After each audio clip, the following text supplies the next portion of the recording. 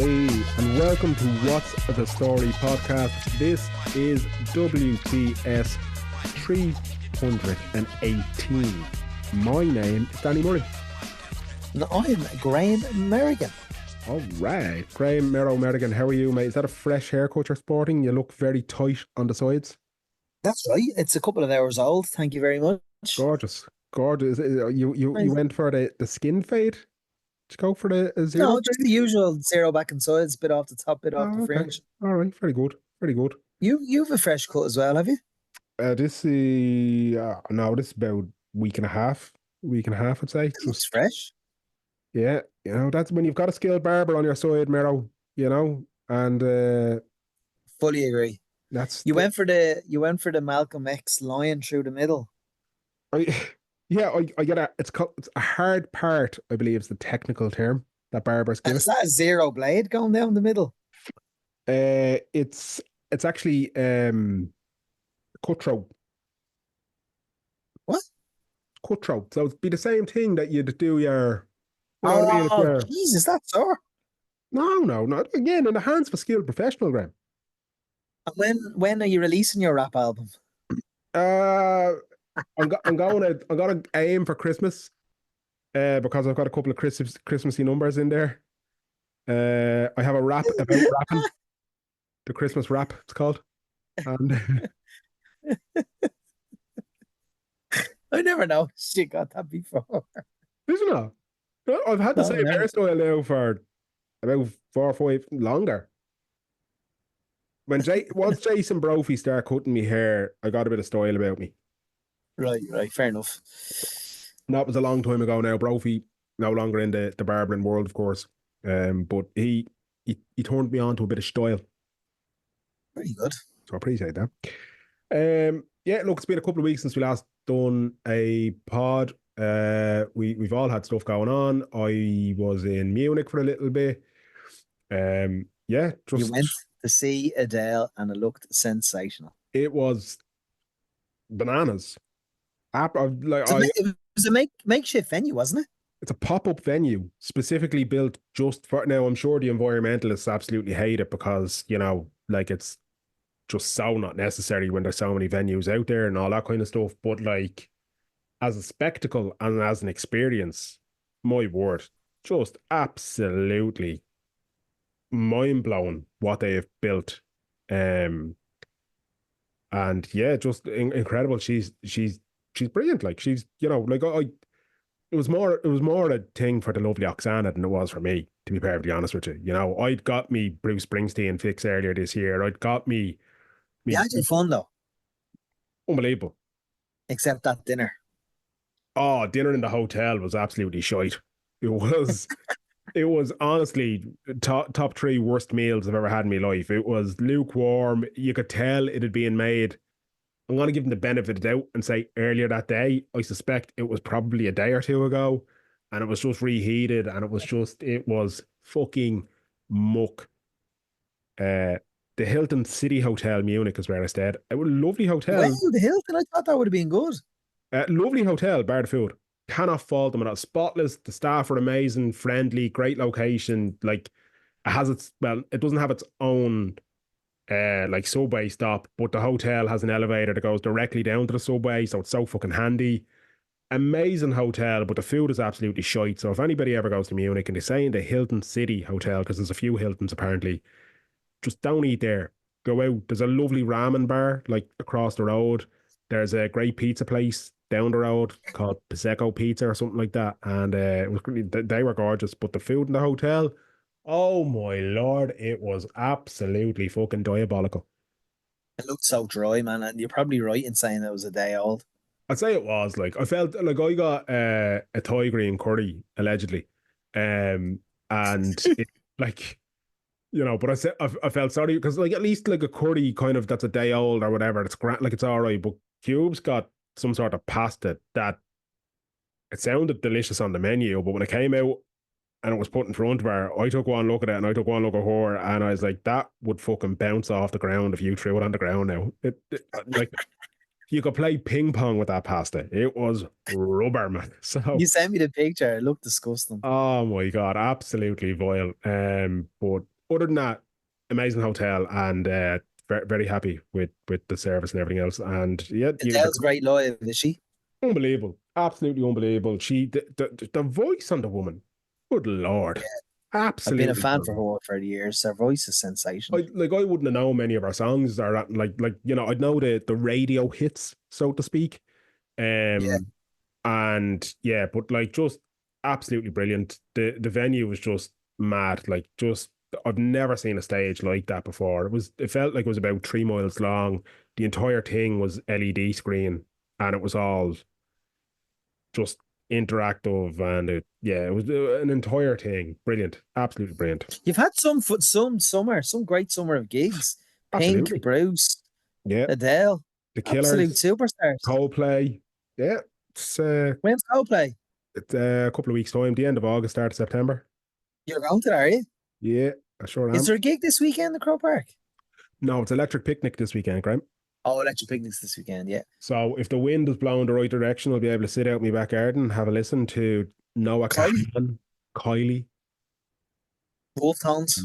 the Wolf Tones. Yeah, I don't know. I don't know any. I know about 30 seconds of a Noah Kahan song because it was all over social media, but I couldn't tell you any of his other songs. I never heard of them until now. So there you go. Stick Season, I think, is the name of the one that everybody was raving about. But yeah, and that'll be me summer of music done and dusted. I don't have any other concerts planned for the rest of the year, but maybe I'll go to it. Around Christmas, there's always, like Christy will do Vicar Street or Damien Dempsey will do. Maybe I'll go to one of them this year. I don't know. Yeah, do. Yeah. Dan, who are we talking to this week? I'm glad you asked, Graham. And I'm delighted to say that, well, hang on. Right. So 6 years ago now, oh my God, Philip first joined us on the podcast, right? And the only reason that I know it's 6 years ago is because about a week and a half ago, somebody commented on one of our old episodes. And I'm like, that's weird. Why somebody commented on an episode from 2018? And I clicked into it. And there was the comment, and you're going to love this, Phil. Basically saying, Jesus, Philip O'Connor's leftist agenda is terrifying. Really? That was the comment, does it? Yeah, that was something to that effect now. Yeah, it was, we've gone through the process of bringing our back catalogue over onto YouTube because people have been asking for it for years. So they're all there on YouTube. And there was a lonesome comment on an episode in 2018 telling us how your leftist agenda, Phil, is a danger to everybody. So, look, it's not for nothing they call me the Dunny Carney Che Guevara. There you go. That's a compliment. I take it, as I say, I wear it like a badge of honor. If I'm annoying all the right people, especially on YouTube, I'm more than happy to do so. And delighted to be back to annoy them all again 6 years later. I think that was around the time you were advising the Social Democrats, was it, Phil? I tried to think now, Graham. The first time, no, it was probably before that because they asked me to run in the European elections, or to consider running, should I say, in the European elections 4 years ago. So that would have been 2019, when I stood against Gary Gannon, and Gary got elected. He got the nomination by a couple of votes ahead of me. And obviously, the rest is history. Gary went on to Dáil Éireann, and I'm still just fucking annoying people in the media. How would that have worked, Phil, if you were living in Stockholm? Well, it wouldn't, because I'd be living in Brussels or Strasbourg or somewhere at this stage, So that was the thing. It was an interesting one because, they had obviously seen me writing from a perspective of somebody who lived here for 15, 20 years at that point. And I would have studied a lot over here, the history of Olof Palme, Tage Erlander, the history of social democratic politics in the Nordic region, especially in the post-war period and that kind of thing. So I had a good understanding of that. And that was what they wanted. And then I think it was quite brave of Emma to ask somebody who hadn't lived in Ireland for quite some time as well. But I honestly think it's the only time, and it's not like, Mary Lou was banging down my door, certainly not recently, but it's the only time I've ever been asked to get involved in electoral politics in Ireland or in Sweden for that matter. And I think it was quite clever of them in a way because it gave that sort of European dimension to it. It gave them a little bit of, okay, here's somebody who actually knows a little bit about how these things have been worked in other countries. So it would have meant me, and at the time, Graham, it actually meant me giving up. I stopped writing for Irish newspapers. I stopped, even at the time when my name was linked to it, I stopped doing that because I didn't want to be doing what Nigel Farage is doing, hosting the thing on GB News or whatever. I wasn't going to do that. I have my principles, I'm going to stick to them for better or worse. So I stopped writing Irish media and that kind of thing. And eventually it didn't happen. It was a brilliant thing to go through. I don't know if politics would be for me, because I'm much better at hurling from the ditch and calling everybody names and trying to hold them all to account than actually maybe sitting in a parliament getting stuff done, you know. But it was a fascinating experience, you know. Absolutely. Yeah. And it's it's an interesting one as well in terms of like that, because the Soc Dems at that point would have been quite a young party. They still are quite a young party in the grand scheme of things. But as you said, for them to have, I suppose you could say, the nous or the foresight to think outside the box in terms of that sort of stuff would give you a little bit of hope, because in Ireland, as we all know, politics is a game of nepotism more often than not. So, you know, it's nice to think there's parties out there that still think there's something different they can do. So Well, I think that's a very important point you make, Dan, because like to me, and I mentioned the word already, and I probably mentioned it several times in the conversation, to me, it's the principles that are most important, right? And what we're going, all the things we're about to talk about in the evening come back to this evening, come back to the same sort of thing. And again, it's how we view the world, and me and my Che Guevara agenda, that kind of thing, you know. But what was interesting about the Soc Dems, and still is, right? So 4 years later, they selected Rory Hearn, who's, you know, basically Ireland's man on housing. Himself and Owen O'Brien are untouchable on that front, and they put him forward in one of the constituencies. I think it was Midlands Northwest. And what they're showing me, what they're showing me is that they're going for people, not just because of the name or electoral recognition or that kind of thing, but for expertise. And because of the fact that they believe in the social democratic sort of cachet of principles, you know, in everybody's equal value and these kinds of things, you know, the fact that we should have a safety net through which nobody can fall.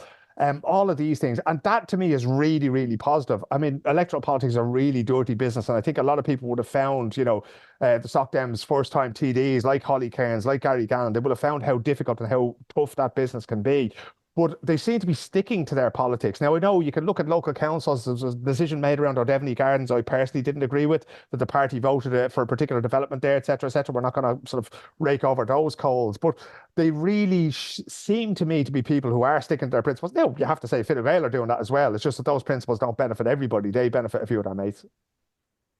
well said, well said. And yeah, like to kind of try and segue towards what we want to really get into with you this evening. And it is a good point around that whole thing of people at the heart of it all, right? We've all just I was listening here. How is he going to segue into the Olympics? Let's see how he's going to do it. King of the segue, Daddy Murray. Let the man cook. Let the man cook. We've all just had a couple of weeks watching one of the great spectacles that comes around every 4 years, but it felt this year particularly there was more beauty in it than there had been in quite a while. And maybe that was down to Tokyo was the COVID games, you know, the games in Rio, time zones and everything else, just it didn't, you know, but this time around, it felt like there was a real tangible thing of community and people, and not just from the people watching, but from the athletes as well. Philip, you were there in Paris covering the games. Give us a kind of an overview of what you felt the atmosphere was like there, because there was a lot of talk about different elements of, oh, Jesus, you know, will this go well? Will that go? The Sen, Jesus, will the Sen even hold up? You know, all this stuff about AI and facial recognition. And it was like people wanted something to go wrong. But, you know, all in all, it seems to have gone quite positively. Did it feel like that on the ground? Yeah, it sure did, Dan. And I have to say, from the moment my feet hit the ground in Paris, it was that celebration of togetherness, of culture, of new things. You know, it really was the sort of the bookend. Now, I know COVID is still out there, and in fact, in Ireland and other places, like there's an awful lot of it still around, but at least now we're vaccinated. 4 years ago, we had to cancel the Olympics. We had to put it back, postpone it by a year. Then when we did do it there and in Beijing, it was face masks, it was social distancing. We had selfie sticks with little microphones at the end of them to interview the athletes because they had to stand 1.5 meters away from it. All of that was gone. And we were back being able to sit down. Like I remember being in Beijing in China, and they had plastic screens between the tables, so that you and me, if we're sitting across the table from each other, Graham, there'd be a plastic screen between us so that our breath would stay on this side of the table. You know, it was almost like conversational table tennis. It was horrible, you know, but all of that was gone. And what was most interesting and exciting about the whole thing was how the French people and the people of Paris embraced the games. Part of that was the fact that they had absolutely no fucking choice in the matter because it was everywhere, right? Beach volleyball at the Eiffel Tower, boxing at Roland Garros, everywhere was involved in some way. As you say, Dan, the triathlon in the Seine, the opening ceremony, you know, to have the athletes on boats going down the Seine and then go to the Trocadero and that kind of thing was just an amazing thing. but it really made the thing so vibrant. And the fact that we were all able to meet again and cast off the shackles of it. But it also happened in the shadow of what basically is the 21st century culture war. All the things that have been said over the last while. We've had presidents and we've had leaders and we've had prime ministers in countries who are basically pushing white supremacy at the moment. We have Fortress Europe, which hasn't gone away, but felt much more welcoming for the 17 or 20 days that we were there at the Olympics. So it happened in the shadow of all these things. And the Olympics is not perfect. The Olympics is full of politics. It's full of politics that I neither agree with nor like. But at the same time, it still provides an example of what we can do when we work together, what we can do when we can decide on the playing field, on the rules of engagement, and all the things that happened around it. I have an overwhelmingly positive vibe coming out of those games. And there were worries beforehand. And I'm so delighted that, there was some attack on the train system, communication system, on, I think, the Saturday of the games or the Sunday of the games. I can't remember exactly the very first one. But other than that, everything passed off peacefully. There wasn't any great civil unrest. There wasn't any great crime wave or that kind of thing. And I think we saw some tremendous sport. And we also saw some tremendous personal performances on and off the field. Absolutely. And I think... And what's, sorry, go ahead, Dan.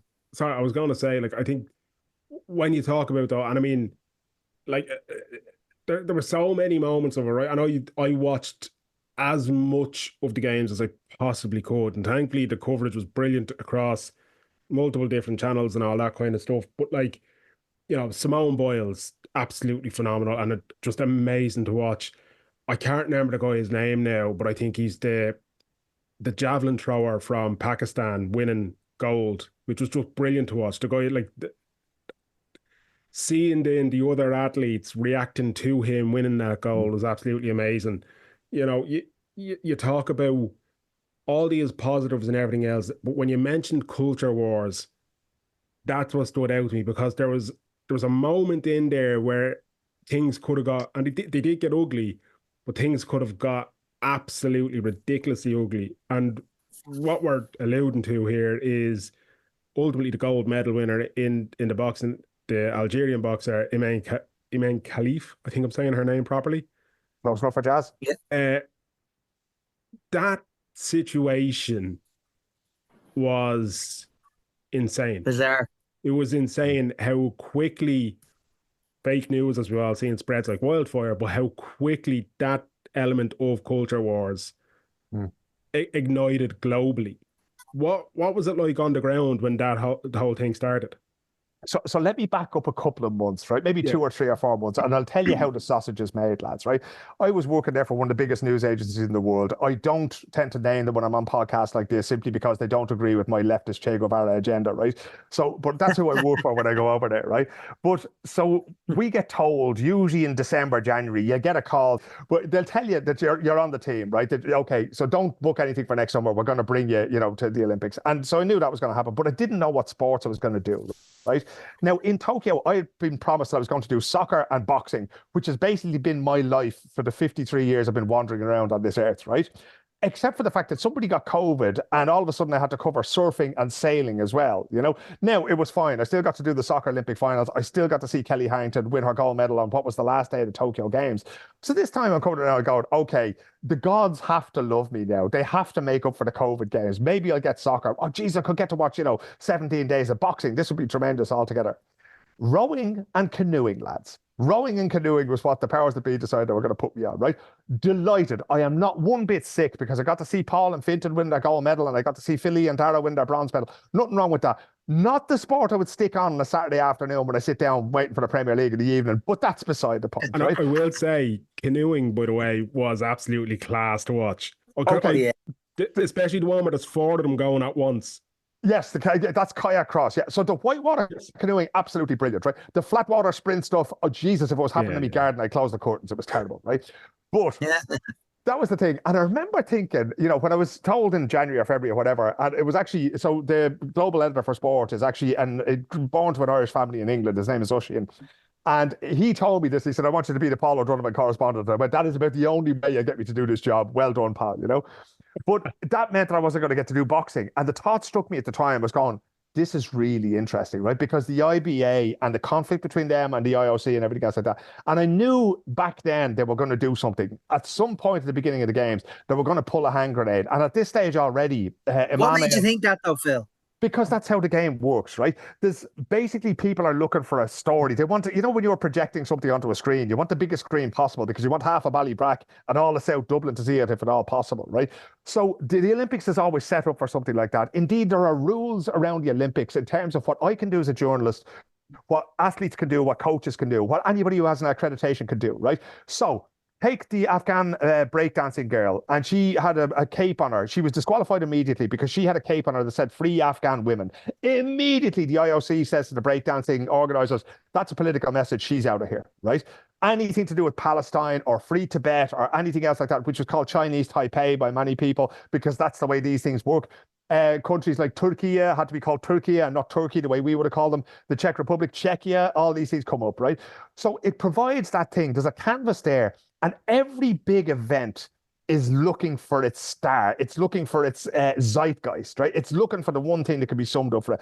And for better or worse, this will be remembered as the Olympics when two women who were accused of being men on the fucking slimmest of grounds were pushed into the spotlight, right? Go back, Eric the Eel, Eddie the Eagle, you know, Katie Taylor, Mick Conlon. There's Nadia Comaneci, back in the 1970 whatever Olympics, 76, 1980 Olympics on the what you call it.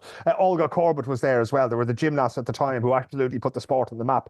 There's a famous ice hockey game between the USA and Russia. You know, all these things. Ben Johnson, the 9.79 when he won in Seoul in 1988, right? They are the people who came to define those particular games. And these two boxers are going to define these ones. And it was just, I'm not going to say it was an accident waiting to happen, but that's exactly what it was. It was basically that the games was begging for a narrative, for something that we could all hang our hat on here. And I remember feeling so sorry for the bloke who was covering Reuters, sorry, I didn't mention him at all, but he was covering boxing for various places, right? Because he's a fellow, you know, who might be more suited to cricket or football, that kind of thing. And I remember thinking, Jesus, you know, this is going to be difficult, you know. And it was a difficult story. It was a lively story. It changed very, very quickly from one to the other, as we saw on social media. But ultimately, I think it was a story with a happy ending because it's not finished yet. But the way it went through, the way those two boxers went through, especially Amanda Khalif, the way she went through her character arc and the way that whole story played out was just staggering over the space of a few days. And I was there. She boxed in her semi-final the same night that Kelly boxed for gold. And of course, it's going to be nowhere else in Paris but there that night. And I remember seeing her because I've seen her box. I've seen Amanda Khalif box several years ago, and I didn't think she was very good. And two things have happened, lads. She's gone up 6 kilos, right? At that time, it was like somebody boxing a fucking hat stand. She was hopeless altogether, you know, and her jab was about as effective. But she's had a new coach since the start of 2023, and she's a much better boxer now. I was surprised because the first thing I thought was when her name came up was like... Well, the Algerian Boxing Federation brought in your man from Miami, didn't they? Yeah, exactly. He has like 21 champions or 21... medals or something like that. Yeah, and the Chinese, to their credit, they brought in a Cuban coach as well. And it's just by having sort of fundamentally good boxing skills, good footwork, good jabs, that kind of thing, all of a sudden these people went from being medal contenders. When somebody said to me, Amanda Khalif is going to it's going to be the story of this games, and I was thinking, well, it'll only be for this gender issue, right? Because Amanda Khalif is not good enough to get beyond the quarterfinals, is the way I looked at it, right? Now, I hadn't seen her box for maybe 2 years, 2.5 years at that point. Then I saw her box. And it was a different weight division as well. Yeah, 6 kilos heavier this time around. And I was looking at that going, oh, fuck. Now, she could actually medal here. She could actually win an Olympic gold medal here. But the first time I saw her in the semi-final. And I was thinking, especially if she got in there with the Chinese girl, I think she'd be the Chinese girl for the medal as well. I was thinking, okay, that's a really good matchup for her. So in the beginning, I thought that her story, but, you know, how perfectly did that work out? You know, and then it also exposed a lot of what is at the heart of the culture wars, right? So the great thing about the Olympics is, one is that it's like a box set where you have to watch it. It's like The Sopranos. You have to watch it 15 or 20 times to understand everything that actually happened. Every little story, every little supporting role and character, and every little nuance of it. We very seldom go back and look at those things. But at the end of the day, all of the nuances of this culture war were exposing what happened, right? Coming out, oh, you know, J.K. Rowling, oh, this is a man hitting a woman. No, it's not. Never was, never will be, right? The same thing, you know, how this sort of got around the world, the testing that the IBA wouldn't reveal, right? There was non-disclosure agreements that the Algerian government said that, okay, you know, they're not allowed to reveal what's in these tests, et cetera, right? Because what they were looking to do was, it's what Steve Bannon calls flooding the zone with shit, right? If you just put enough rubbish out there, well, then eventually people end up fighting over it. And to this day, I'm seeing people claim that the Olympic Council who organised the boxing thing did something wrong. They did absolutely nothing wrong. Right? There was absolutely no reason to take the test that the IBA say they performed at the World Championships last year at face value, because they won't tell you what they are. They won't share the results of them. They won't share the nature of them. They won't share what basis they were carried out on. They won't share who they were carried out on. Was it just these two people? Was it every competitor in the female division? Why were people not testing the male division? They had a press conference, which is a total fucking disaster. You know, it's just a big bun fight about all these things. And at the end of the day, are we in a better place now? No. But two people now have gold medals that were sort of, you know, accused of being cheats and all sorts, and they come out of that. And the next, as happened there, we were in touch there last week, Graham, I don't know what day it is, I'm half baguette at this stage, you know. But when we heard that Imane Khelif is now going to take legal action, and she has demanded that the French police or the French legal authorities investigate what they call the sort of the what was it, the cyber harassment that she had to face during the Olympics. And that process is now ongoing. And some of the people who have been named are Logan Paul, J.K. Rowling, and Elon Musk, among others. And do you know what? I remember this the first time I think it all exploded online around a Thursday. I remember my brother asked me on the Wednesday and said, "What's the story? Is there a transgender woman fighting in the Olympics?" And it was the first I had heard of it. I did briefly hear of the Ling and Khelif being disqualified from the World Championships, but I didn't really. It was the World Championships that was tainted. You know, Ireland weren't involved. Loads of countries boycotted it because they banned Ukraine from it and stuff like that. So I remember not paying too much attention, but also in the back of my head, oh yeah, something's up there. But I was like, what, but who, like? And he gave me the name Imane Khelif, and I said, but sure, Kelly Harrington beat her in Tokyo. How, like, I doubt that that's true. And then sure enough, the next day it just went wild. But you're saying there, Phil, you said at the top of the conversation that, you know, a man this, man that, but people were saying it was a trans issue, and it wasn't. And then the sad part about it all was that actually trans men and women had to go through and listen to this demonizing of their, you know, of their life, and nothing, nobody cared about women's sport.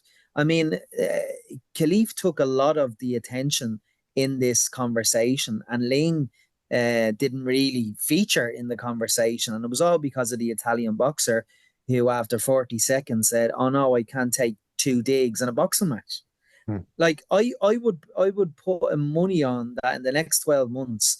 I wouldn't be surprised, and let's not say I'm going to put money on it. I wouldn't be surprised if the Italian boxer that had that performance it ends up being a grifter in the next 12 months, selling her story about ideology. And we all know that Italy has taken a right-wing view on everything, full of hate and division. So, I mean, it's just an absolute kip, isn't it? Well, as far as I know, right, so this is one of the first times where in the Olympics, governing bodies have been allowed to pay prize money to athletes for winning certain events, right? And the International Boxing Association, which didn't organise, this is the organisation that wasn't allowed to organise boxing at the Olympics because of corruption and governance issues and that kind of thing, right? But as far as I know, they have offered her a payment of 50,000, which she would have got if she'd won a gold medal from them anyway. Yeah, so, and that's the thing. So, I mean, I'm not going to call it a grift, right? But again, you know, the problem with the Olympics is that, you know, you get these people say, oh, sport and politics shouldn't mix, right? They cannot be separated, right? And especially not on the international level. When we're out there representing our countries, we're out there representing Russia or Ireland or Algeria or whoever else it may be, right?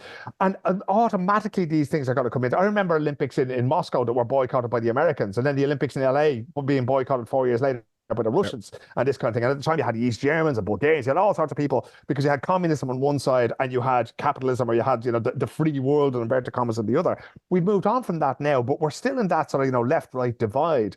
And people are going to do political things. They are going to use these platforms to do political things. I'm not saying that that's specifically what this boxer did, right?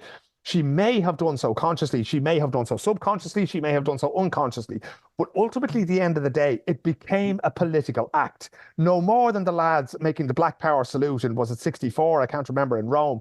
could have been 68. But when they stood up there and they made the Black Power salute with the two gloves on, right? That was a political act at the Olympics. So these things, by their nature, become political because they become the baseball bats that are used to hit one another with in terms of these discussions. And what's really missing, and that's the really unfortunate thing about this, and Graham, you make the very good point there, that we spend so much time these days discussing the right of trans people to exist, and in fact, whether they exist at all, right?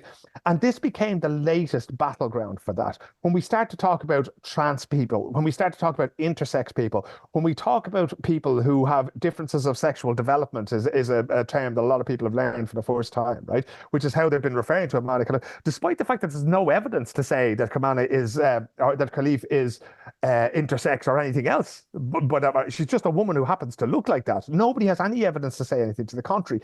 But when these things are discussed, and we saw this in Ireland during the marriage equality referendum, when we start to discuss the lives of people, the lifestyles of people, and their very right to exist, I mean, I think we have to stop and we have to ask ourselves, right, what are we doing here? When we're talking about fairness, and this is why fairness in women's sport is such an easy thing for anti-trans people to jump into, because it's very, very obvious. Does anybody ever want to see a man hitting a woman? No. Is it as simple as that? Absolutely not, right? You could go into the whole thing of, I think, actually, here's a question for the two of you, right? Without looking, without Googling, when did the Olympics stop doing sex and gender tests on athletes?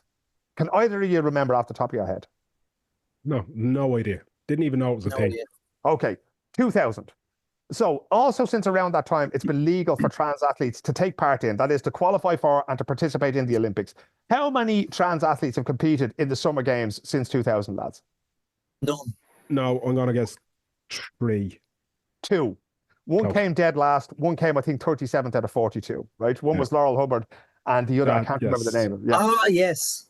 There are 10,500 athletes at each games, right? Multiply that by 2000, 2004, 2008, 2012, 2016, 2020, 2024. That's 7 times 10,500. What's that? That's over 100,000 athletes, right? 2 trans women in that whole time. Yeah. Tell me what the problem is here, lads, right? Tell me why. This is what I can't understand. For 2 people, we're having this argument for 2 people. Do you honestly think, now, remember now, it's been legal, okay? It's been okay for trans people. It's been taken out of some sports in the last year or two. But for more 24 years. Yeah, so for more than 20 years, it was okay for trans women to take part in competitions on the same level as anybody else, and they didn't do it. So if they all want to win medals, if it's mediocre men wanting to bid, where are they? They could qualify easily. I mean, according to the logic that I'm confronted with the whole time. 2 people, lads, dead last, and 37 out of 42. So I think, but it's like what Danny said, and Danny said at the outset of this topic. It's nothing, but it's not. It's completely disingenuous. It's not a real argument. It's just a culture war. I mean, you only have to look at. I know there was a reality TV era, along those times, 2000, 2010, and we had Big Brother, where it was won by a trans woman, and that was widely celebrated. The most ever votes she got on a telephone line for a competition. I think her name was Nadia. But my point being is that because of the evolution of social media in the last 5 or 6 years, because of Trump, because of disrespecting for other human beings, the hate and the division is just after getting so fucking wrong that like people actually think there's lads, probably a generation, and I say lads because it always seems to be more lads that give out about this, between 18 and 30, that think trans people are only around the last 5 or 6 years because of this culture war that has been created. I mean, trans people, you look at art, you look at classical studies, art, there was men pictured in Greece with fucking breasts and penises. Like, come on. Who gives a fuck? I think so.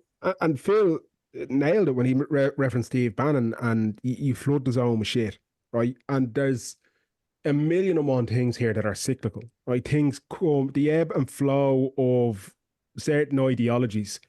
They go away, they come back, they go away, they come back. There's very little that is original when you talk about these sort of arguments. And Phil, you reference it as well in terms of, like, people talk about keep politics out of sport, but it's always been there. And you gave the examples of, you know, the 80 Olympics being boycotted, the 84 Olympics then in return being boycotted by the other side. Go back to Berlin 36 and, you know, giving the Nazi salute during the Olympics. There's always been politics at the forefront of these things. And the Olympics have been there at the center of it because they're seen as the opportunity to portray and to put forward an image from the host nation. Right? It's never just sport. It is never just about the sport. And it's an immature viewpoint to believe it is just about the sport. London 2012 was not just about the sport. There's so many nuances and so many things that happen in the background, right? But when you're talking about this issue and you're talking about people and culture wars and all this kind of stuff, in the social media age, you know, that old thing of like never let the truth get in the way of a good story, sometimes the truth doesn't even factor anymore. Like it's just literally the zone is being flooded with shit and it is impossible to wade through that to get to the heart of it. And I will always go back to there's one guy who, on any issue when it comes to politics and sport, on any issue when it comes to matters that are well beyond my knowledge and well beyond my capability, I go to him first to read what he's writing about it because I believe I'm getting the truth, and that's Kareem Zidane. And in fairness to him, within minutes of this story igniting, like Mero described, Kareem had an article out exactly referencing, given everything you needed to understand this in a 5-minute read. But we're at a point now where people won't even spend the 5 minutes because it's not a meme that they can absorb instantaneously. It's not something that's within a TikTok video. It's, oh, I actually have to sit down and read that. I don't have time for that. That funny meme has told me all I need to know. And, you know, your man who makes Tesla, he's clever. He must know the truth. So I'm just going to take what he said and I'm going to He's from apartheid South Africa. He knows everything.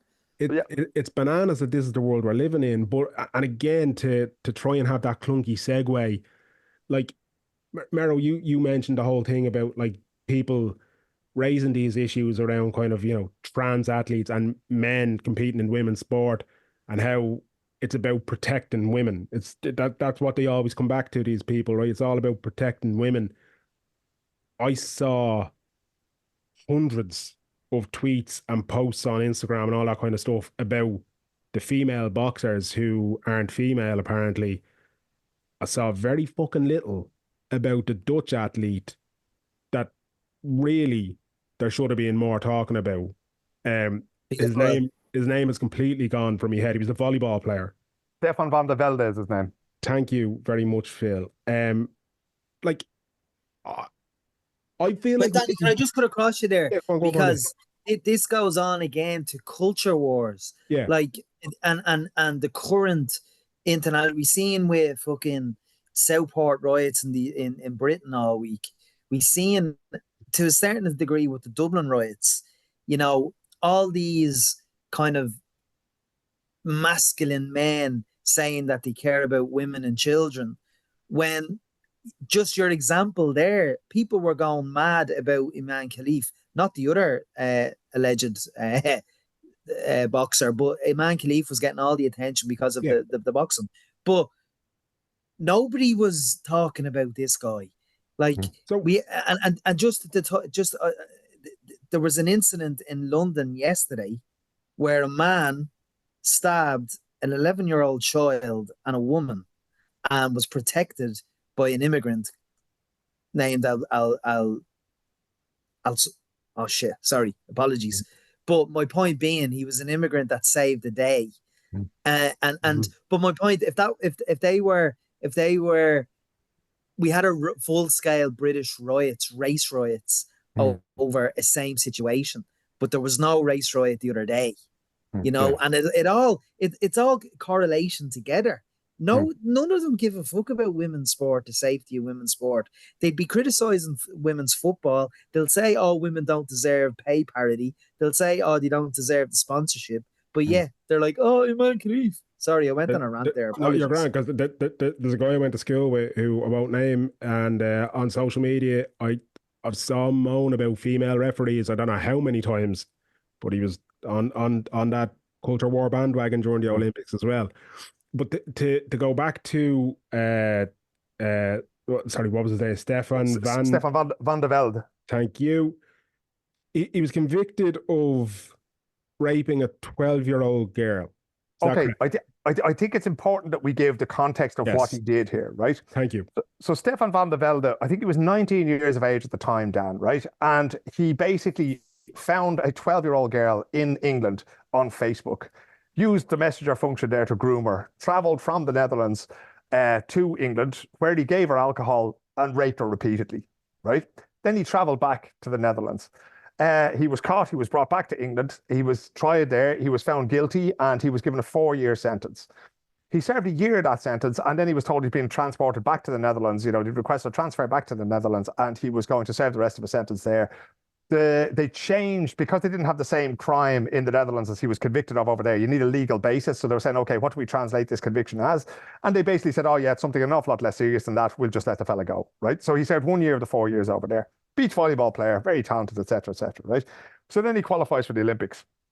And the way it works, lads, is that you have an Olympic committee in every country, right? But under them, you will have the Irish Basketball Association, or you will have the GAA or the IRFU, and they will say, these are the players who have qualified, right? They have met our criteria. You have to have criteria for everything. As Graham, I'm sure you know from your time in parasports and that kind of thing, in powerlifting, in basketball. And they go to the IOC and they say, these are our athletes, right? So the IOC, or the NOC is called, the National Organizing Committee, National Olympic Committee. And they look at it and they go, yeah, okay, that's grand, right? And they just went, okay, so Stefan van der Velde is playing beach volleyball. Lovely. When are we heading to Paris, lads? Right? So I got there on the Wednesday before the game started. And on the Thursday, I never have a problem finding things to do, because there's press conferences, there's people knocking around. And then there's always people I know. There's other journalists, there's people from Ireland, there's people from Sweden. You know, I'll find something to do. So I'd been asked to go to a press conference at the Athletes' Village. The Athletes' Village is where everybody stays. It was out quite close to the stadium in Saint-Denis, I think, the Stade de France. Mm-hmm. And I said, I'll head out there because the Norwegians are out there. And I looked at it and went, oh, there's 2 press conferences by the Dutch lads going on here now as well. This will be fascinating, right? And I saw all the top dogs are there. The chef de mission, a guy called Peter van der Hoogenbaan, who used to swim and that kind of thing. And their CEO and all that. I thought, okay, here we go, open season. Now, the way that works is it's often for their local media. So it's Dutch media coming in. What's it like? Has everybody settled in? Any injuries? Anybody's pulled out? That kind of thing, you know? But obviously this was going to be different because you have a convicted paedophile, not a convicted child rapist, right? We have a word for that. It's paedophile. A convicted paedophile who wasn't staying in the village and who wasn't going to talk to the media. So I went in there and I sat down, and the protocol is that if I got asked questions in English, I'm going to let the Dutch media get what they need first, right? And then when things are sort of, you know, when you hear people repeating the same words, you're going to ask, you know, your questions and you put your hand up. So I heard Van der Velde's name being mentioned, and I heard him talking at length about it, and Van der Hoogenbaan is answering the questions. And I thought, oh, great. So I'm actually going to get something. He's actually going to talk about this, right? So I put up my hand, and the press officer said, yes, you over there. And I said, yeah, my name is Philip O'Connor. I work for Schneider's. And I've got to ask my questions. And he went, no, we'll take the questions in English afterwards. Now, that's always a red flag, right? Because, A, they don't want to do it in the public forum. They want to move you off to the side. So that means to me that they're telling something different to me than what they're telling to the Dutch media. Because remember, I speak a Germanic European language. I understand a lot of German, a good bit of Dutch and that kind of thing. So I couldn't translate it, but I know kind of what they're talking about. And they're talking about this guy and the arrangements for him. So that's grand. 5-6 minutes later, I'm sitting there, right? Now, the stage is sort of right in front of me, and I'm sitting on the right-hand side, and the door is back over my right shoulder. So they have to go past me if they're going to get out. And the next thing he's saying, thanks very much, and Van der Hoogenbaan is standing up, and he's walking down past me, and I stood up in my chair, and I stood in front of him, and I said, we're going to answer questions in English after this. That's what you said to me. So let's go. And he goes, okay. So we walked over to the door, and I stood between him and the door, because the last thing I want is this fucker getting out past me. And the first question I asked was, what is having a convicted paedophile in your Dutch national team doing to the morale in the Dutch camp at the moment? And he said, we have a statement on our website. I'll refer you to that. And I said, oh, you need to answer the question I just asked you, right? Because the statement on the website doesn't answer that question. What effect is that having on the morale of the people that you brought here to compete in the Olympics? Again, I would, in a very friendly way, refer you to the statement, is what he said to me. And I said, Peter, you have to answer the questions. It's that simple. By not answering the questions, that's also an answer. And by that stage, another English-speaking journalist had come over and was asking a similar question, going, you know, basically, why won't you answer the questions? And he just wouldn't do it. And he went quiet. And at the end of it, I said to him, is that all you've got? And he said, that's all. And then he walked out, right? So what they were doing there, lads, was they were happy enough to speak about it in the Dutch context, but they didn't want the international media going and finding out what they were doing and how they were handling this situation, right? They had said that he wasn't going to speak to the media at all. Now, obviously, he's not going to speak to the media at all because that means that people are going to speak about him, right? Now, he's come out in an interview today and say how tough he found it. Really? Really, I feel terribly sorry for you, right? The 12-year-old that you raped, my friend, has a history of self-harm and tried to kill herself after what you did to her, right? And you want me to get the violin out and start playing tunes for you? I'm sorry, lads. It's a thundering disgrace that they were able to silence everybody simply by saying nothing, by referring us to a statement. I went back, I wrote a story about the confrontation that I'd had with Velde Hugenbad, and we didn't publish it because there was nothing new in it. We'd already published what was in their statement and would simply have been a rehash of what they said already, right? So by being quiet about this, they let the story die, right? If I can't get somebody else to comment on it, that's it. So I went and I asked a Dutch athlete 2 days later, and I'm not even going to reveal the person's gender, but they said to me, I can't speak about this. And I said, okay, do you want to tell me off the record what's happened? And the person said, we've been told not to speak about this. Right. So by doing that, then they killed the story stone dead. And because the person told me off the record, I can't use that in any reporting I'm doing or that kind of thing. Right. But I'm telling you now so that you know how the sausage gets made. It was cynical. It was clinical. And it's deeply, deeply disgusting to see what the Dutch national team did because they chose to bring a paedophile to represent their country at the Olympics. Right. And yet, we can accuse a woman who has never been anything but a woman, who has born as a woman, grew up as a woman, boxed as a woman, and now has won Olympic gold medal as a woman. And we can insinuate all we like about that person, and yet we can't ask the question, why is a paedophile representing the Netherlands? Frankly, I found the whole thing to be absolutely sickening. Yeah, and it didn't even like how long did the bullying of Imane Khalif last? It lasted It's about still going on, 48 Greg. hours. It's still going it's on. still going on. And People are still saying, and somebody, I won't mention the person's name, that was on social media the other day saying boxing is dead. They ruined boxing. This has ruined boxing. What? You know, like, what are you basing this on? You know, so it's still going on. The people are insinuating that two men, essentially, in inverted commas, have won medals in women's boxing and the sport is now destroyed because people are still down the rabbit hole, lads, days after the Olympics is finished. It's mad to me that's the case. And I've seen like the people who are trying to make that argument and the stuff they're coming out with about, like, you know, it's completely wrong. The genetic advantages that these people, blah, blah, blah, like they're trying to want to get a nonsense argument and apply this gobbledygook science to it by referencing these physical advantages and all the reasons. Like, why this? Why as if this? people, like, nobody needs a lesson in why a man shouldn't hit a woman, but that's not what's happening. You know what? Most of these lads probably do, but sorry for interrupting you, Dan, right? There's a whole field, right? If you look at the rules for athletes who transition, there's a reason only 2 out of 100,000 athletes have been trans women, right? And that's because a medical transition, which you have to go through if you want to compete, right? That basically means a gonadectomy. That means the junk goes, right? But you also have to reduce testosterone levels. One of the side effects of that is muscle loss, right? Another side effect of that is osteoporosis. None of this is good in terms of elite sport, lads. I wouldn't be recommending it now to Manchester United this season to be doing these kinds of things to try to get the lads to perform, right? It's just not conducive. Being a trans woman is not conducive to elite sport, right? And God almighty, if you make it that far, then you should probably be given the shot at it, you know?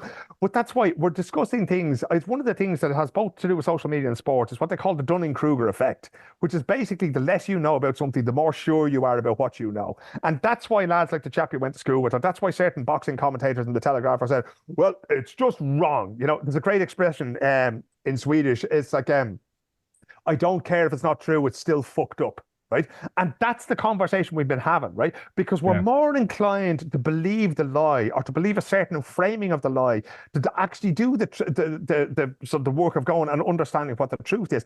But what there also is, and this is what's really, really lacking for me, both in sport and social media, there's a lack of humility. There's a lack of an ability to say, I don't understand this. Can you explain it to me, right? And the people I would be asking that of is the Italian boxer who gave up after 45 seconds and Imane herself, right? Explain to me how this came to be. A man I don't believe owes us an explanation. She has been put in the spotlight through no fault of her own, right?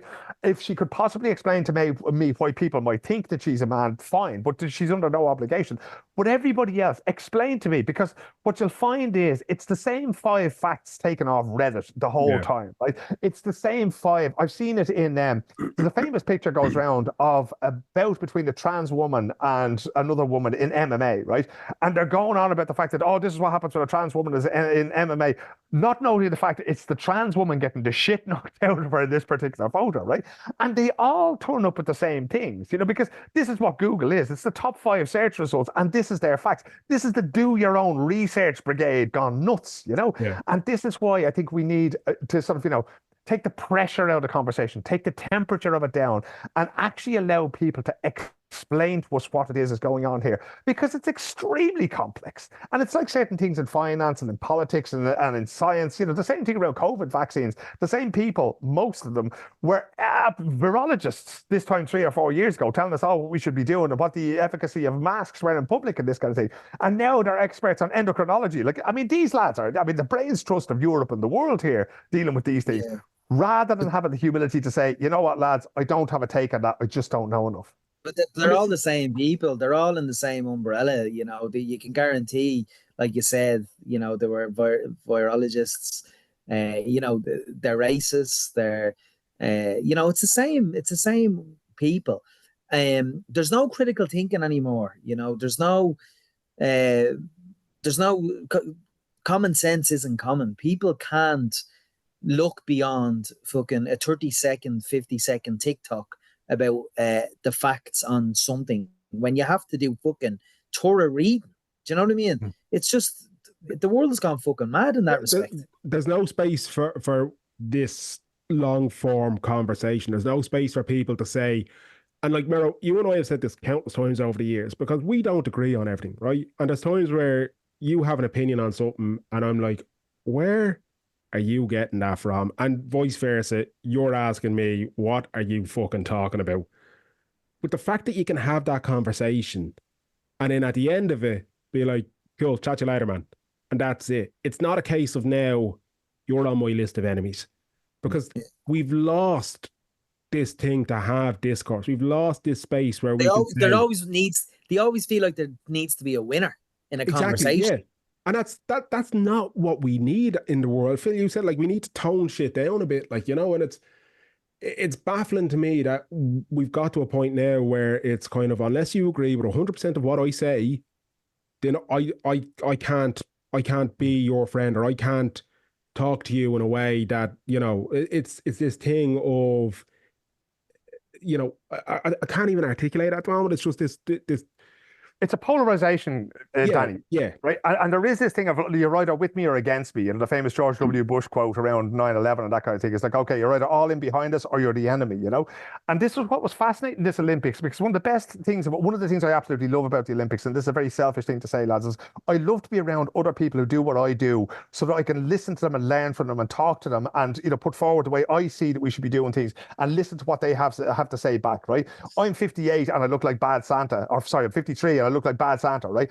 But I want to hear what the younger journalists are saying. I want to hear what the older ones are saying. We sat round, at dinners, and we sat round at lunches, and, we'd be grabbing a sandwich in between events, that kind of thing, and we talked about these things. Is it being covered the right way? Are we giving it, the same chance?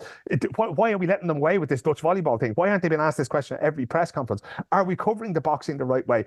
And that was fascinating to me. But there often was that situation, as there is between the two yous, right?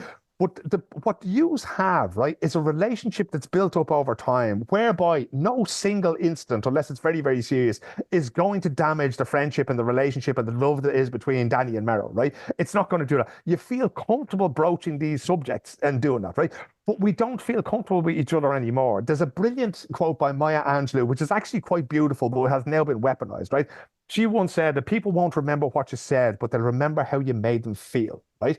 And at the moment, that has been weaponized into making people feel angry about stuff that doesn't fucking affect them, right? On a recent episode of the Free State podcast, Joe Brolly was going through, like, the numbers of Muslims in Northern Ireland is like 1%. And yet here we are burning shops and, standing outside them and saying, send them back and stop the boats and all this kind of thing, right? Things that are absolutely negligible. again, that statistics of 2 in 100,000, more than 100,000 athletes were trans women, right, over the last 24 or 20 whatever years, right? So all of these things are being weaponized. And once you do that, once you force that anger response out of people, you know yourself, right? When one of your mates loses his temper with a bouncer outside a nightclub, right? That's not the time to talk to him about his behavior. That's the time to try to move him away somewhere else so that we don't have this, people kicking the shit out of one another. But what doesn't happen in the aftermath of that is conversations like we're having now, right? Because I absolutely understand of those two trans athletes, those two trans women who appeared in the Olympics of the last 20 years. People will say that they will take the place of somebody who has been felt like a woman all their lives, or who was born as a woman, or whatever else you want to call it. The terminology I'm using here now may be offensive to some trans people, and I apologize for that, but I'm just paraphrasing it, right? They did essentially take a place that may have gone to somebody else. I understand that will make you angry. I understand that beating by a man, a Khalif, if you're an Italian boxer, will make you bitter, right? But that doesn't give us the right to go and dehumanize people and to say, right, and to be honest, I had serious issues with this whole political thing and that kind of thing. And, the boycott of Israel around many things, right? And, Israel shouldn't be here. There's a case made for Israel maybe should not be there because Russia aren't there. And then the Ukrainian athletes and the pride that they showed and everything else like that. And I saw some Israeli athletes competing, and I saw some who are very nationalistic and very proud of their time and that kind of thing. And I thought the Olympics of all things, I thought, and I would have said maybe we shouldn't be having them in European football competitions. Maybe that might teach them, by boycotting it might teach them a lesson. And then I sort of thought to myself, Jesus, wandering around the Olympic Village, because it is unique. Nowhere in sport do you bring everybody together and put them more or less in the same place for 2 weeks or 3 weeks, where they meet everybody, they eat together, they sit at long tables, they run into people and compete against people they never would. And I was thinking, you know what, maybe it is a good idea that they're here. Now, obviously, people win medals and they go, yeah, might is right. Look at this. Here's our flag. Here's our anthem. Everything is brilliant, And I had a hard time because I met some people that I would disagree with politically. And again, I'm not in a position where I can name them because I don't have their permission to share private conversations, But I met with people over there that I have fallen out with in recent years. Now, when I say fallen out with, I mean that we haven't agreed on certain issues. And some of them are issues that we've already mentioned on this show, right? But I was able to talk to them. And I was able to say, to them that we're still friends. It's not that I don't respect you. It's not that I don't love you or don't value you. I have no respect for some of the things you think or some of the opinions you hold, or indeed for some of the things you say. But I still love you. You're still a friend of mine. You're still somebody that I respect, and that I hope that we can have a better relationship again in the future. And Graham, you've always said to me that I give certain Irish athletes, and let's name one of them, Kelly Harrington, that I have more compassion and I give more sort of room to Kelly to make mistakes than I do perhaps anybody else. That's because we're from the same place. And that's because I understand and I know in my heart that Kelly's a good person. No matter what she retweets, it's going to be hard to convince me that Kelly is anything other than a person with goodness in her heart. Should she spend more time reading stuff before retweeting it? Absolutely. Should she be more careful sometimes when she's talking about certain things? Probably, right? But ultimately, I believe that for all our missteps, and we've spoken about it on this show before, right? Redemption is there for everybody. We have to be allowed to make mistakes. In our own intellectual development and arguments, we have to be allowed to say dumb shit. God knows we've all done it. We have to be allowed then to change our position, to take in new information, to listen to new experiences from other people, not least, and to say, you know what? I've changed. I don't believe that, that everything is the fault of the Jews or the capitalism or whoever else, right?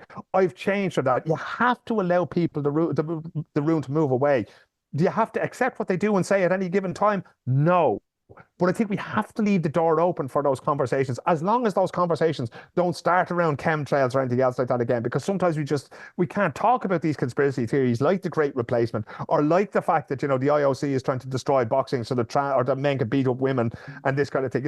We can't have those conversations because they're not factually correct, but we have to remain open to the fact that people may come back to us and say, let's go through that again. Can you explain what you mean when you say to me that you think everybody is equal? Can you explain to me what you mean when you say that trans men are men, trans women are women?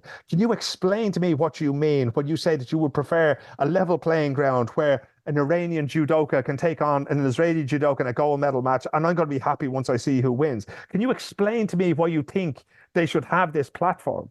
And unless we can do that, we may as well get into the trenches, lads, and just start, lobbing grenades over the top and firing at one another. That never gets us anywhere. But no one's at a level playing field in any sport. Do you know what I mean? No. Not So, there's nobody at a level playing field. look at the arguments that are being made about this, and people absolutely share this everywhere about Michael Phelps and the most decorated Olympian of all time, and he was double jointed this, and he had all these. He was basically Webbed feet and all. a giant fish person swimming competitions. Look at basketball. Look at Victor Wembanyama. The guy is from a physical advantage point of view. Of course, he's going to be a megastar in basketball. He's 27 foot tall and has an 8-foot wingspan. Of course, he's going to be brilliant at basketball. Like this level playing field thing is always on a spectrum. And at one end of the spectrum, you're going to have what are deemed freak athletes, and at the other end of the spectrum, you're going to have the underdog who achieves greatness despite not having the physical attributes of other people. Like Steph Curry was told for how many years he was too small, he was too this, he was too that. And Steph was one of the stories of the Olympics, and I was delighted to see it happen.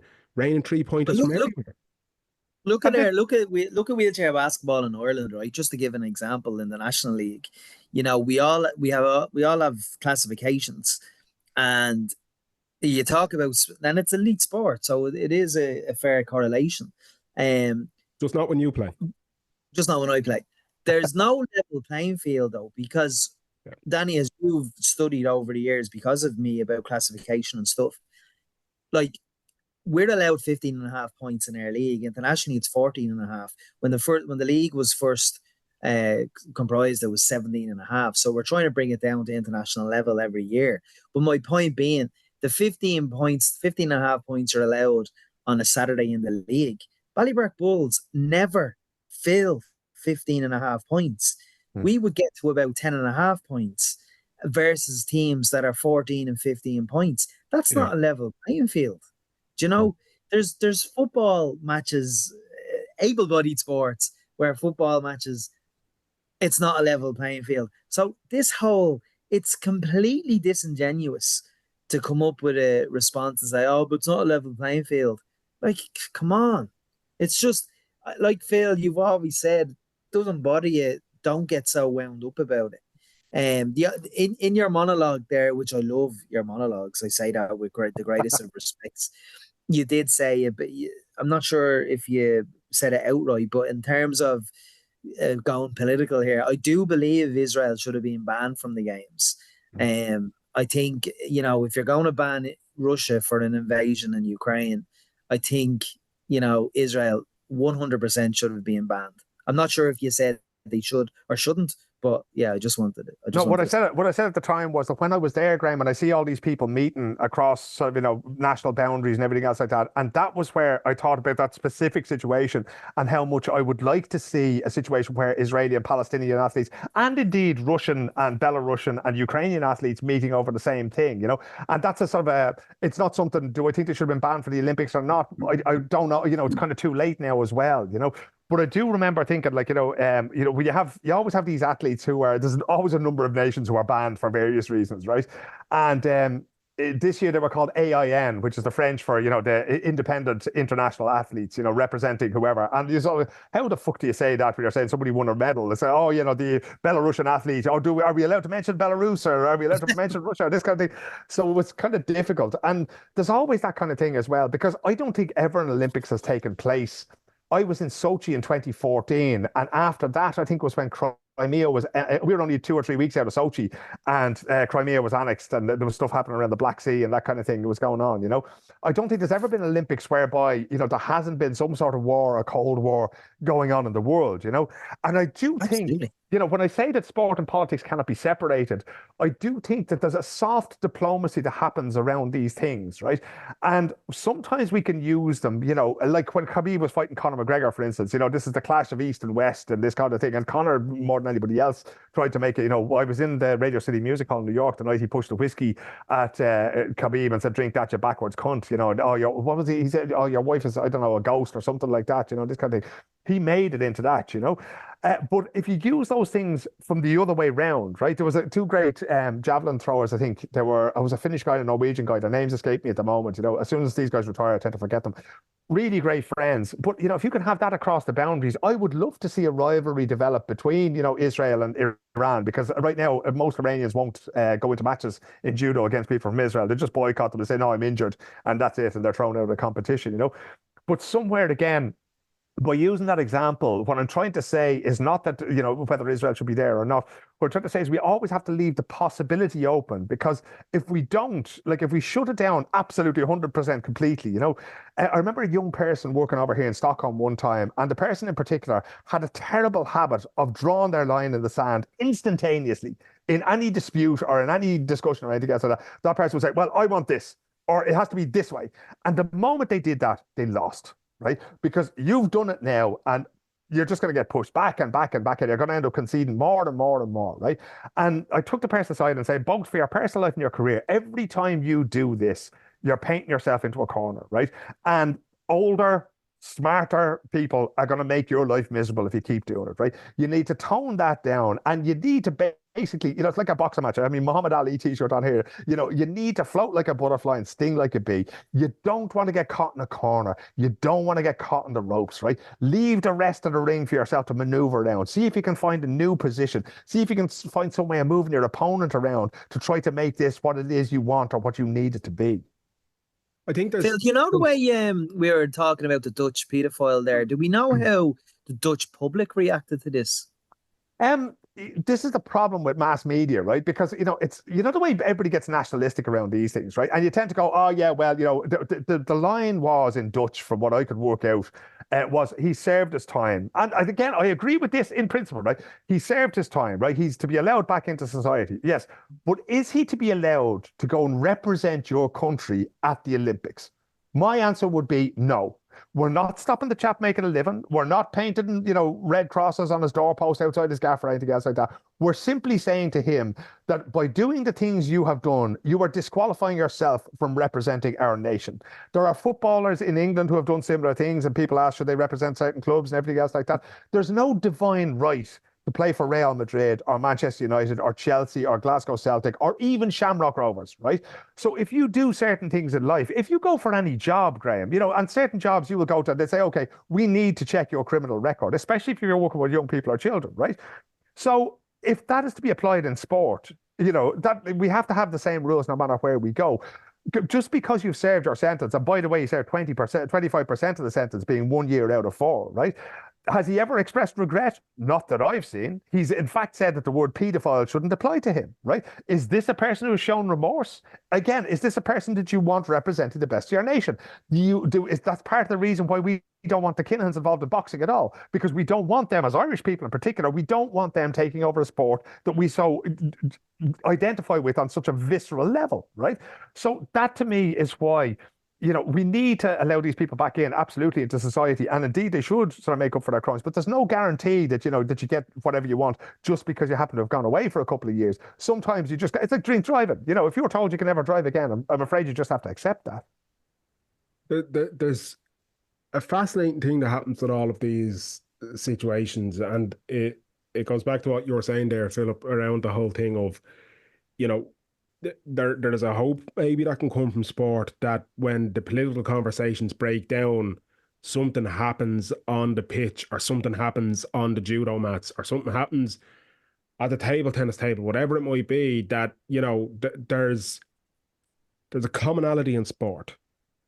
And no matter what the situation is, there's a little bit of hope there that somehow through that commonality, it can bring about the ability to sit at a table and break bread and have conversations that 6 months ago you couldn't have, and all those kind of things.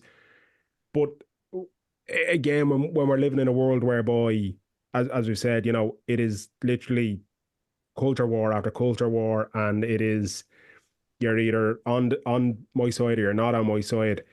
It's disheartening that you can't see that, and it's disheartening that you know, there's we're lacking a way forward with some of it. I think the difference being, when we talk about this situation with the Dutch volleyball player, is you're talking about a crime, like a criminal offence, and you're talking about a situation where, you know,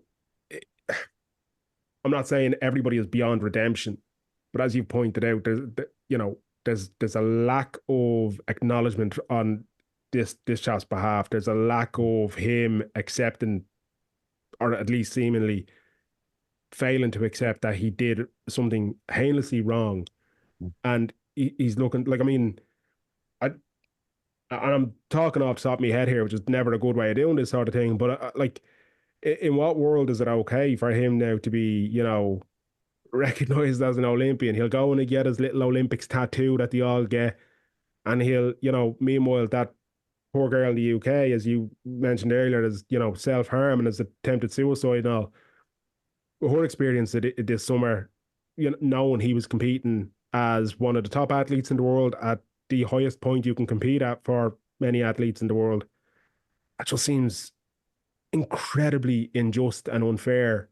But that's the way of the world, Dan. And if you look at what's happening across the water in America at the moment, right, you have a convicted felon, right, who has been convicted in a civil court, and the judges decide that he raped a woman, right, and he's still the Republican Party president, right? Now, the Dutch volleyball player, Stefan van der Velde, is a tiny microcosm in comparison to that, because, whatever Stefan van der Velde does, he's never going to end up as the leader of the free world, right? This fucking idiot has already done it, right? But there is, and again, we're dealing at the moment, especially in a culture war, with the most primal of human emotions, right? We're dealing in particular with fear and anger and how they're weaponized, right? And if I'm afraid, or if I'm angry, right? And it's very common knowledge around this house. If you talk to any of the people in my family, they will tell you that I have a very long fuse. But when it goes, when the explosion happens, bail. Just don't be around me at all, right? And that's how it works. And once that happens for so many people, and especially the state of fear is the more important one, right? Anger is transient. You simply cannot stay angry for that long, right? You get excited, and then it'll finally pass. But fear, you can live in fear your whole life. And this is what these things are based on. This fear of men going in because they want to beat up women in a boxing ring, or because they want to humiliate them or hurt them or that kind of thing, or because they want to use a changing room because they want access to women who might be trying on, new clothes and might be in some way disrobed, that kind of thing. That's very easy to sell to people, right? And there are people who are afraid in this world, and there are people who are rightfully afraid in this world. I mean, I know of places in India whereby, they wouldn't be the most developed places in the world. And, if you have to go and carry out your ablutions, you do so in a trench. And yet there are people hiding around there who are trying to sort of, assault people and sexually assault people, that kind of thing. These are real things that happen in the world, right? But they're not trans people that are doing them. But when you live in fear of that, and oftentimes, if you look at the Southport riot, for instance, just the very use of a name in Arabic instills that fear in people. It's like Pavlov's dogs. You know that experiment where they ring the bell, feed the dog, ring the bell, feed the dog, ring the bell, feed the dog. Then they just ring the bell, and the dogs would start to salivate because the signal was, this is what you're supposed to be feeling now. That feeling that you had just before eating, right? And that's how we're being treated both by mass media and social media at the moment, right?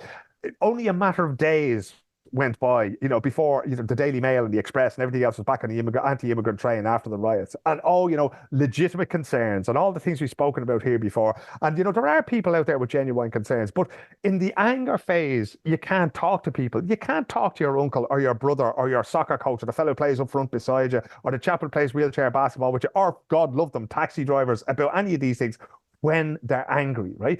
But if we approach it with a little bit of compassion, right? And again, you're not arguing.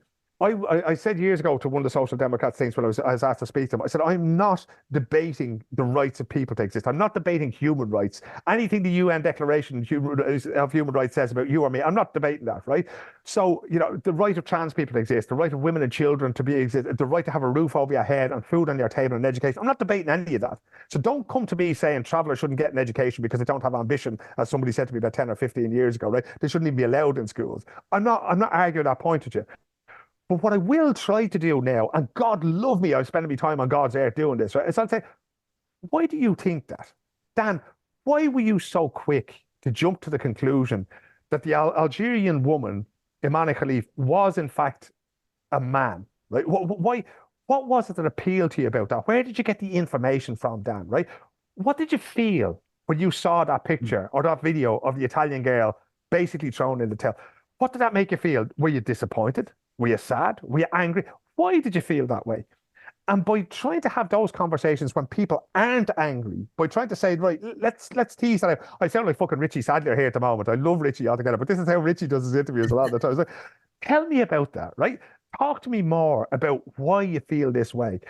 Because ultimately, the root of all these things, at the root of all this othering and this fortress Europe and all, we're afraid we're going to lose something, right? And in some cases, we're afraid of losing things we never had. To hear working class people in Dublin say that everything was better in the 50s and the 60s and 70s, I'm sorry, it's nonsense, right? It was the poorest country in the world. Like, it was basically an underdeveloped country, and we had two choices when we left school. It was either Dún Laoghaire or Gardiner Street, and that was it. You could sail from the North Wall then as well, but I'm trying to be geographically accurate for you people on the south side, right? But they were the two things that were available. Don't come telling me that there was some golden age in Ireland, because I lived through most of it, and that's not how it was. So instead of talking about this mythical golden age, let's talk about what you're afraid of losing. Well, let's talk about what you don't have that you feel that you need. Let's talk about the fact that you can't get a gaff. That's not because somebody is fleeing war in Ukraine. That's not because Assad and several others have destroyed Syria. It's not because Imam Khalif is boxing in the 66 kilo class in Paris. None of that is anything to do with anything, but it's a great bait and switch. If I tell you to be angry about that, you're not going to be angry about the things that you should be angry about. And that, to me, of all that time, both from the Euros, where I spent a lot of time in Berlin. I'm not sure I spoke to I said he wasn't on the podcast, I don't think, since then, but I spent a lot of time in a month in Berlin, going to the places where these things originated from and were industrialized. I went to a place called Wannsee, right? I don't know if the two of you have ever heard of it, right? But the Wannsee conference was where basically the Nazi elite decided what the final solution to what they called the Jewish question in Europe was going to be. I stood in the room where they outlined the plans for the industrial murder of the Jewish population of Europe and the Roma population of Europe and the homosexual population of Europe. I looked through the documents that are there behind glass. I've been in the room on that house on the Wannsee Lake in Berlin, lads, only about 2 months ago, right? And from there, I looked to what we're seeing in social media. I sat down. I went through a book that I used to have about a book that I have that I read about the genocide in Rwanda, and how local radio was used to stoke up tensions that eventually led to the massacre, the genocide that happened there. And when you look at those things, you look at what happened in France in the Second World War, you look at the Vichy government that was there in the Second World War, you look at anywhere in mainland Europe in the Second World War, and how neighbours turned upon neighbours, and you ask yourself, how did that happen? And at the root of it all is an irrational fear of the other and the fact that I'm going to lose something, or that they have taken something from me. And that's why we have to be so keen and so aware of these things and everything we talk about and everything we hear about, to ask again, why this, why now? What are people trying to provoke? Why do they want this reaction from it? Why is this even a thing at the moment? Why are we even talking about trans people when there's only a handful of them in every community? And that's really what this summer of sport has brought home to me. That the same things, as you mentioned earlier in our conversation, that it's all cyclical. It all comes back. It's a boom and bust period for humanity. And right now we're busting. And if we're ever going to boom again, but what we have to do now is we have to pull the handbrake, and we have to say, let's not get to the Rwandan genocide. Let's not get to the final solution to the Jewish question in Europe. Let's not go that far this time. Let's look to history and say, okay, how can we stop that happening? How can we talk people down off this ledge of fear, not before they jump off it themselves, but before they throw somebody else off it? And that is a great way to end our conversation, Phil. And it's always a pleasure chatting to you, and it's always an enlightening experience, because you've a way of summarizing these things that myself and Mero don't have the skills nor the capabilities to be able to do so. So thank you for that, and thank you as always for your time with it. I thought we were only about 20-25 minutes in. I was in my head going, Phil, what were your highlights of the Olympics? Because one of my highlights of the Olympics was the emergence of Rashida Adeleke for Ireland, 21 years of age, our first Irish woman to ever get to a 400 meters, to a sprint final. You watching the Olympics since '92 religiously with my granddad, and continuing that. I always wanted a sprint runner to get behind, and now we have one. So can I, before we let you go, can I just ask you about your highlights? My highlight was the women in athletics. So two things, like usually when I go to the Olympics, right, they try to throw me as far away from the main press center as possible so that I don't come back and fucking annoy everybody with all my good ideas in inverted commas, which just end up in work for everybody else, right? But this time I was about 20 miles east of Paris where the rowing and canoeing was, but that meant that I could get the train back. So we were done by about 5, 6 in the evening. So I got to go and see Kelly Harrington winning her gold medal for the second time. I'd now been there twice when my favourite person from Portland Row, other than my own dad, has won her gold medal, right? That was a brilliant moment. And for her to do that in front of people this time, right? Because last time at Tokyo, it was me, Jackie Hurley, and a few lads who swept up after us, right? So there was only about 40 people in the room. But to see her do that in front of Roland Garros, absolutely full to the brim with Irish people, was tremendous. But the second time I did that, Graham, was I went back for the women's 4x400 relay final, right? I'd seen the 100 meters final was brilliant. As you mentioned yourself, you've been watching it since 1992. The first Olympics I remember was 1976 in Montreal, right? And to be there at the 100 meters final, which is kind of the be all and end all for many people, that was tremendous. 7 guys in a photo finish, incredible race. But to go back there, we never would have imagined a sprinter at all, right? In an Olympic final. It was beyond the bounds of our imagination, right? And to see Rasidat do what she did, right, and just miss out on the opportunity to do so. But to say then, I'm going to run with the team in the relay to give us a chance of getting this medal. That race, that whatever 3 minutes that race took was absolutely, 3 or 4 minutes that the race took was absolutely staggering. For the point of view is, in those 4 minutes, I saw a future for Ireland and I'm fucking here for it, right? Here are people from all over the country, from every social class and background, right? On the track and around them there cheering them on. I saw so many other Irish Olympians who come out of the Olympic Village just to see them and support them there. I saw them put in the performance of a lifetime that I don't think even they believed that they could do. And they came within just under 0.2 of a second of an Olympic medal. It was absolutely stunning. And it said to me, I was very angry in the moment as well, because I thought, Jesus, if we only gave these people the resources they need to be the best versions of themselves, they would have got that medal, maybe even a silver medal on the night, right? But that's an argument for another day. But what I saw that night, Graham, is what gives me hope for ourselves and for our country and for our children and our children's children. Because I saw people who weren't burdened by the low expectations that we had, right? You'll never amount to anything. If you want to do anything, you have to go to America, you have to go to England. Why would you hang around here? You know, what's this country good for? It's only a kip, right? And we're the worst in the world for criticizing our own nation. These kids don't have that. They didn't grow up with that. There's a little bit of it somewhere, a little bit of begrudgery in their DNA, I'm sure, right? But they parked that. And to see them there and to stand in front of people, it broke my heart that they felt that they had let us down. And that was the last thing they did. They lifted us up higher than we have ever managed to be before at the Olympics, right? And we're there now. And we like it, right? So we have to stay there. And not only that, but instead of looking to people like me, and to a lesser extent to 2 younger fellas like you, for leadership in these conversations, my time is nearly done talking about these things, right? But now we have a generation. Let's look to them. Let's hear their ideas. Let's hear who they want to be. Because in looking to them, we're looking at ourselves, right? And when they tell us we can be better than this, we can win things, we can put Ireland on the world stage, do again what Maya Angelou says, when people tell you who they are, believe them the first time. Believe in Rasidat, believe in all these rowers and all these boxers, and the future's so bright, it's unbelievable. Love it. Danny, what was your highlight? Well, I was going to say Snoop Dogg because I can't top Phil.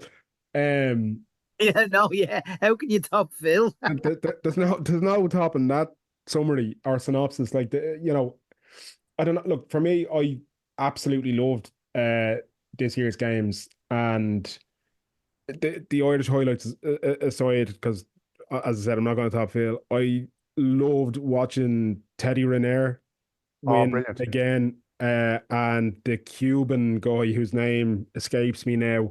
Wrestler. Yeah, yeah. Yeah, brilliant. 5 gold medals. I love that. I love that. But the like the human stories that are in these things, and like we've said, like Mero, you and I were WhatsApping throughout the games and everything else, and talking about loving the Every fact morning. loving the fact that we are watching sports that 99 days out of 100. They wouldn't be on our tellies. They wouldn't touch our tellies. We wouldn't have any notion, interest, or inclination to switch on the telly to watch these. But for these couple of weeks, we were all in and we were invested in it and absolutely loving it. And like from synchronized swimming to the kayak cross to everything and anything, and it was just it's the human What stories, was and the it's sport you loved, Danny? You loved it, and I kept missing it. The race up the mountain. the wall climb, the speed wall climb. Yeah, yeah. Unbelievable, man. These like two of them just going at it, and they're like literally climbing this vertical face in like 6 point something seconds, and the difference between a gold and a silver medal is like 1/100th of a second. Like it is like that is peak performance. That is amazing, and to see everything hinge on literally just blink and you miss it territory. What can't you love about that? That's sport. That's amazing, you know? So the whole thing, it was a great Yeah, I Olympics. loved it. And now I'm absolutely buzzing for the end of the month when the Para Games kick off. Before we go, lads, just let me Absolutely. two more very quick stories, right? One is about like you mentioned these personal stories, and there's 10,500 athletes, and on this podcast we mentioned probably 15 of them, maybe 20 of them, right? But that leaves, like 10,480 people that we haven't fucking mentioned on this, right? Two of the stories I wanted to tell you. One was a Kiwi bloke, a guy called Robbie Manson, right? And you always ask people about, because these aren't professional athletes, how do you do it? Robbie is a gay man who has an OnlyFans page, right? And I interviewed him, and he told me the next day, he goes, I have a load of new subscribers since I spoke to you. That's deadly. Thanks very much. But the last story I have here, right, is I'm out there one day at the rowing, right? Now, rowing and sailing and that kind of thing, they tend to be people, like wealthier people than me tend to engage in these sports, right? So they're not really working class people, although City Canoe and Sailing Club was in Sherrard Street when I was growing up down there. But I was watching a girl rowing one day, and her name was Kathleen Noble, and she was rowing for Uganda, right? And you go, I have to do this. Like any kid named Kathleen is out here. Besides, I'm claiming gold medals of absolutely everybody who has an Irish name. They're all Irish, right? So we actually had about 50 of them, right? Charles Haughey's great grand niece or whatever it is from Hong Kong. Hong Kong Haughey, yeah. Yeah. Brilliant. Like, so all of her medals, and then there was a medal, I think, for the American rowers. There was half of them in the boat was Irish. But Australia as well, maybe. Kathleen was born and raised in Uganda, right? Her parents were Irish. They went over there to work. She took up rowing, I think it was at Princeton University in America. And she went back and said, she was a swimmer as well. And she actually swam in the African Championships, I think. And she did very well for Uganda. She said, no, I don't want to be a swimmer. I want to be a rower. And with that sort of started the elite program in Uganda rowing. Now, this was her last Olympics, right? She made it to, I think, the C final. Nobody reports on the results of the C finals whatsoever. But what she has done in terms of the spotlight that she has brought to Ugandan rowing, right, is incredible. And you don't think, are they going to make a medal in the next 5, 10, 15, 20 years? I have no idea, right? But all I know is that an Irish Ugandan woman has put a sport on the map, right? And the tiny little pebble that she threw in that lake is going to give ripples for years. And that's why I love going to these things, because those tiny little stories that may never make the front or the back page of the paper, but they're just as important as a Teddy Riner or a LeBron James or a Simone Biles. And that's what makes the Olympics the greatest sporting thing in the world. Love it. Phil, can I just Absolutely ask you something? Sorry now, just because we're having a tangent and something's coming into my head. Is there an argument, do you think? Obviously, we want government to invest more in minority sports and stuff that, you look at Botswana, they got their first gold medal and they announced a public holiday and stuff like that. And we all see how sport can bring us all together and unite and get rid of all that hate and division. But in terms of, there's obviously a 4-year gap between Olympic Games. Is there an argument? Obviously, we know as well that we want more investment, but is there an argument for like a national channel that's just a sports channel that covers these minority sports? Like, I don't see how that isn't a runner. Well, that's actually the role of public service, Graham, right? And this is one of the big problems that I have with the current model for RTE, where they're dependent on advertising. And if you're dependent on advertising, then you have to have the most popular thing. Like years ago, RTE2 used to show the Premier League. I don't know, I think they still have the Champions League and that kind of thing. When what they should be doing is showing us, Fintan McCarthy and Paul O'Donovan when they're rowing and whatever regatta they're rowing in the World Championships. They should be showing us boxing for the national stadium. They should be doing all these things and making it accessible to people. And as is well known, I believe that all the GAA games should be free to air. It doesn't matter, no GAA go, none of that nonsense. We should be all able to see it. But what we really want to do, we spent the last hour and a half or whatever talking about elite sport, right? But again, there's that story of like Kathleen, people are never going to medal, right? Medals shouldn't be the objective. They should be a byproduct of a healthy society that invests in sport, because sport is a good thing. They'll invest in housing because housing is a good thing. They invest in education because education is a good thing, right? I can't even think of how many young fellas and young ones I know who have been helped through sport, be it soccer or basketball or boxing or Brazilian jiu-jitsu, right? People who are seriously on the fucking slide out of things, right? But the longer you can keep them involved in sport, the less chance there is of their life going to shit, right? And everybody who's involved in this fear, the situation that we spoke about earlier on, right? I guarantee you that most of them don't have a social or a sporting outlet that will give them that frame of reference, that will give them that social situation where they can meet other people from other countries. Boxing and MMA are famous for it. You go into any boxing or MMA gym in Ireland and you'll find fellas from Azerbaijan, you'll find fellas from Romania, you'll find them from all over the place. You'll find fellas from Cuba and from South America and all kinds of places, right? And that to me is where sport is a meeting place, right? It's something that we shouldn't do just to look good once every 4 years. That's not what I'm in it for at all. I would like to see, as Mark O'Sullivan, who works at the School of Sports Science in Oslo, says, as many as possible for as long as possible. I don't care, Danny Murray, if you ever play League of Ireland, but I would love to see you playing every Saturday with your mates down in Portlaoise if you learn the language, right? I don't care. Like, you know, Graham, you're already involved in so many sports, it's unbelievable. But for everybody out there listening, sport is such a vital thing physically and mentally, and that's why we should invest in it. Not because Kelly Harrington or Paul is going to bring us home another medal, but because we will all feel better, and we can feel even better then when we're watching the Olympics or the World Cup or the Euros after that. And Absolutely. And all people don't realize how hard it is to even get to an Olympic Games. Oh, it's mad. absolutely. It's also very hard to get Mero to stop questioning me when Danny's trying to fucking kill this. I was going to say, Mero, I'm cutting Danny you will off, kill me mate. later. I'm cutting you off, Mero, because I tried to end it 15 minutes ago. Mero, he's going to send one of his all capital letters WhatsApp messages to you about 10 seconds after this is over again. Jesus, they're terrible. He's probably starving like me. I already have the email drafted. Philip, as always, man, it is a pleasure. It's great to catch up with you again. And thank you just for always having the ability to give us not only a little bit more context, but a way of looking at things that maybe me and Mero lack the capability to get across. If people want to check out more of what you're doing, where can they do so, my friend? Right, I'm gradually moving away from the sewer that is Twitter. So at Philip Ablana. You've been saying that for years, and you No, can't it's happening now. I've been posting more on Threads the last couple of days. So at Philip Ablana on Threads and Instagram, we'll take it from there. And of course, you can listen to What's the Story podcast, the award-winning WTS pod, right? Wherever you get your podcast, it's on Podbean. It's probably on Spotify. It should be on RTA. I don't know what happened there, right? It's on podcast. What's the one I use? I can't even remember what it's called. But it's basically everywhere out there. And not only that, you need to be leaving reviews and you need to be telling your friends to be listening to What's the Story podcast. I've no friends left. I'm a communist, right? So that's the end of me. But tell all your mates to be listening to that because the whole back catalogue there. And please go and comment under the YouTube videos from 2018 and forward. Absolutely, yeah. Let's all live the leftist agenda that Phil is peddling. Well, Philip O'Connor, as always, my friend, thank you. Much love to you, my friend, and can't wait to catch up with you again soon. Cheers, lads. An honour to be here. Brilliant. The problem we have with bringing Phil O'Connor on the podcast, besides his leftist agenda, of course, is that there's never enough time. Like I feel like we need to have essentially the equivalent of a 9 to 5 working day where we just record with Phil, and we might get through half the agenda.